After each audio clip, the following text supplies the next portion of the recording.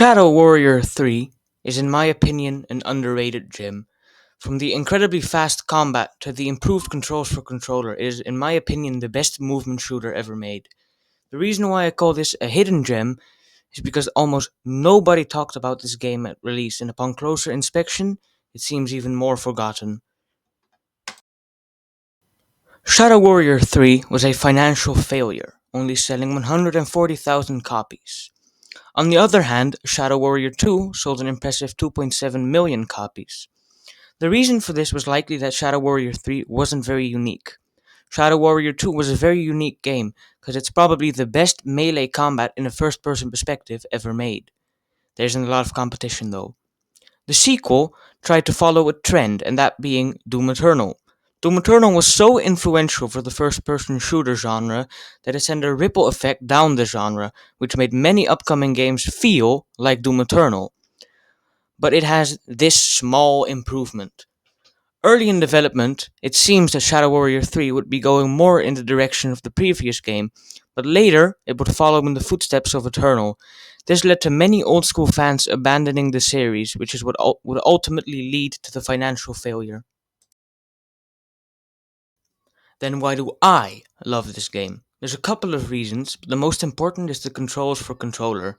You see, Doom Eternal has pretty bad controls for controller, because you need to go to this ugly weapon wheel for every weapon swap, and everyone that has played Eternal would know that there are a lot of weapon swaps. Someone could argue that Eternal later added an update that allowed for someone to change the controller bindings and bind specific weapons to specific buttons. However, there aren't that many buttons you can afford to lose to a specific weapon. Shadow Warrior 3 added something genius. It allows you to bind a button to previous weapon and next weapon, something Doom Eternal does not have.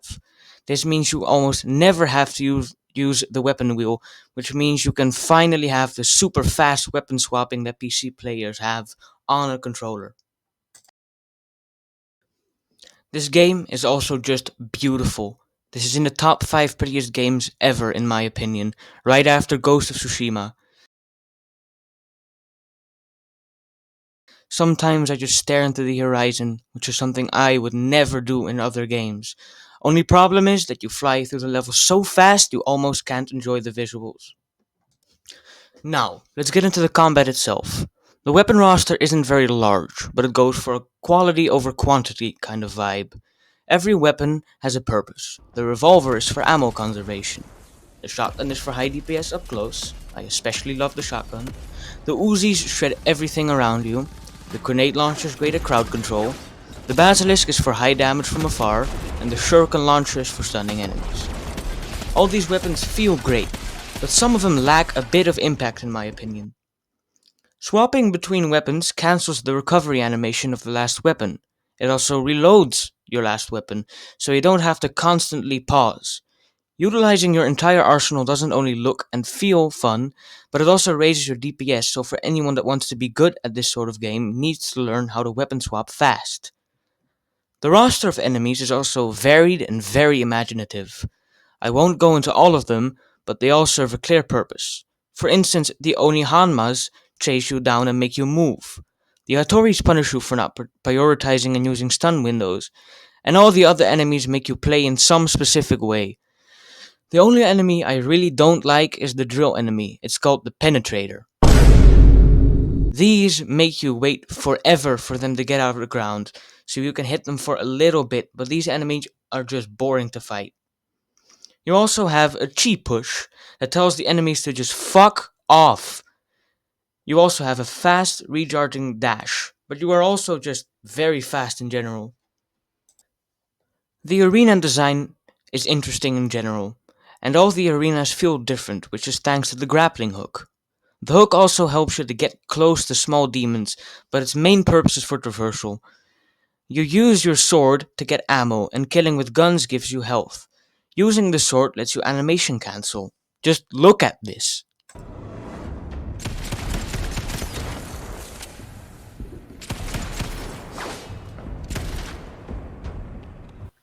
Killing enemies gives you charge for the execution bar.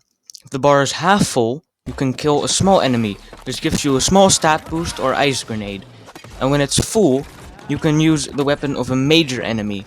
These animations are cool, but they take too long, and after having seen them a certain amount of times, you wish they were skippable, but they're not.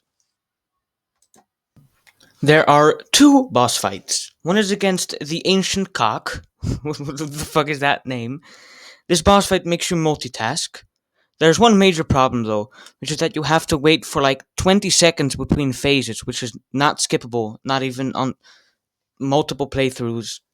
The second and final boss has me mixed. It is against the Guardian of the Heart, which is protecting the heart of a big dragon, as the name implies. This boss fight takes too long and doesn't really challenge you in any major way, so it's a bit anticlimactic. The story is weird and forgettable. Just kill the big dragon, and that's all we need. I don't know the first thing about Shadow Warrior stories, but this one is very boring and cryptic. The game has a very light tone with a lot of quips and humor, and there are definitely moments where I burst out laughing. I think I just peed a little. Hello, boys. Guess you never expected to find a wang this far up your ass, huh? This game is also very short. On the first playthrough, this game will take about 5 hours. For reference, Doom Eternal is about 18 hours. This is why it is important that they added the arena mode, which is just straight combat with some roguelike mechanics. This was a fantastic update and drastically increased the replayability. The music is great. Maybe a little forgettable, but I was bobbing my head for most of the game, so it does its job.